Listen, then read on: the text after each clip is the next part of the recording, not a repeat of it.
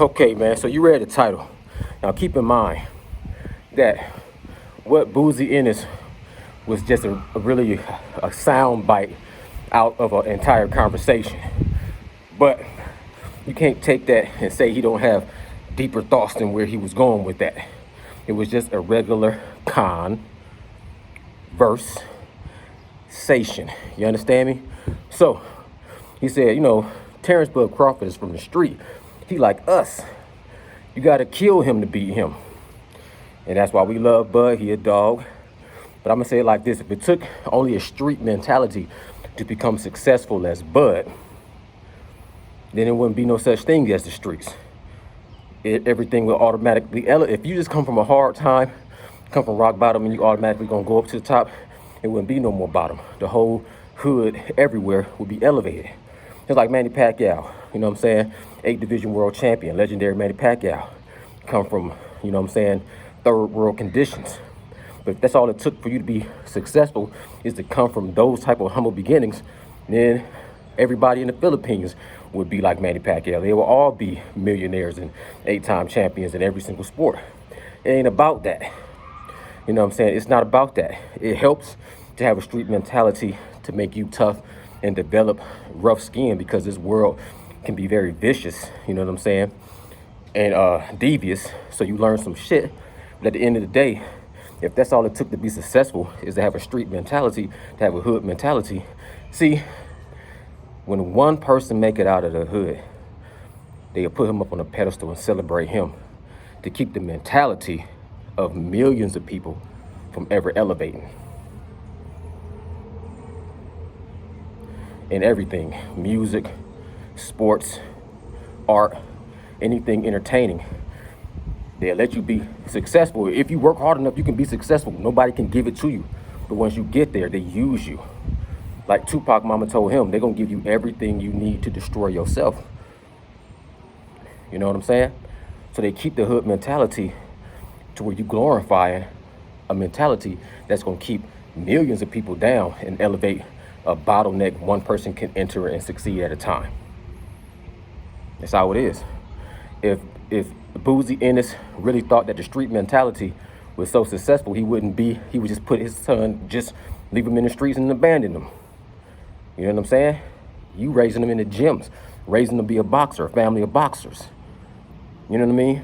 So even Mayweather, yeah, he had some issues going on in his past, but he was raised in the gym. And when his dad hit them hard times, he went to go live with a family that was buying them brand new pairs of Jordans every week. You know what I'm saying? So it ain't about where you from, it ain't about what race you is, it ain't about none of that. It's something that's very internal, essential. Just like Andy Ruiz, when Andy Ruiz won against Anthony Joshua, he was like, that's that Mexican blood in me. Well, where was the Mexican blood in a rematch? When you talking about you was overeating and partying too much. You know what I'm saying? Some of the strongest people I've ever, they always all buzz from the streets. Spence's family, some of his roots go back to Jamaica. I seen his uncle in Jamaica running through the damn nature, barefooted, cutting down trees with a damn machete. That's in his genetics. The rude boy, them real deep, thick Jamaican. Some of the strongest people I ever met in my life was Jamaican.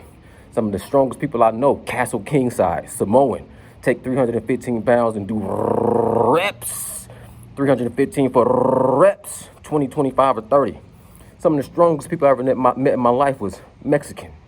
Some of the strongest people I ever met in my life was white boys. I used to go to the gym with this one white boy. He's like the real life Bluto from Popeye, like the real life Wreck-'em Ralph. You know what I'm saying? That dude could wrestle bears. He was like the real life Zangief. That dude was huge. No neck and shoulders, just a big block of dude. 400 pounds, 6 foot something beast. White boy.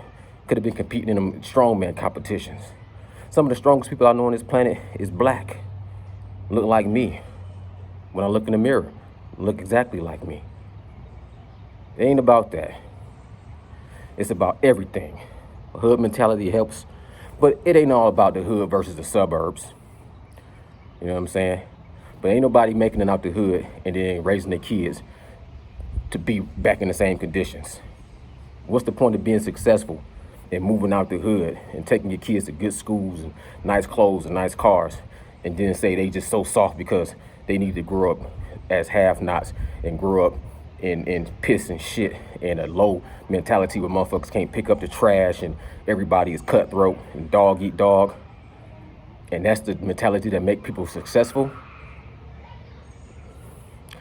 Contrary to that belief, it can make you tough. It can give you an edge. It could have you a kill or be killed dog mentality. But when it come down to that fight, I remember when I was wrestling in high school, because I was a black dude from a little bit of a rough background, I thought this little white dude from this preppy school wasn't gonna ball me up. But because he had been wrestling and been training professionally since he was a kid, and I only had been wrestling for a couple of years, once my athleticism wore off and I ran out of ideas, he pinned me. Boom, boom, boom. And that right there let me know them white boys is strong and they smart and they've been training their whole life. Catch up. We from behind trying to catch up, but still using the backward mentality. I want my kids to have the best trade, like Serena and Venus Williams. You get them to Devin Haney. Devin Haney ain't from the hood. He's a work. Muhammad Ali was not from the hood. De La Hoya wasn't from the hood. If you tough and you got that heart of a lion and a champion and a warrior, and ain't nobody gonna take what you know is owed to you, that's inside you. I know plenty of dudes from the hood that was weak-minded people from the hood. Don't even grow up, just get an old face, and they mentality never. I was surpassing, when I was a kid growing up, I was surpassing grown men in my thought process to the point where I could sit in the room with 3 or 4 old men and they listening to what I'm talking about. They just stay on the same porch in the same place for years and watch the whole world pass them by.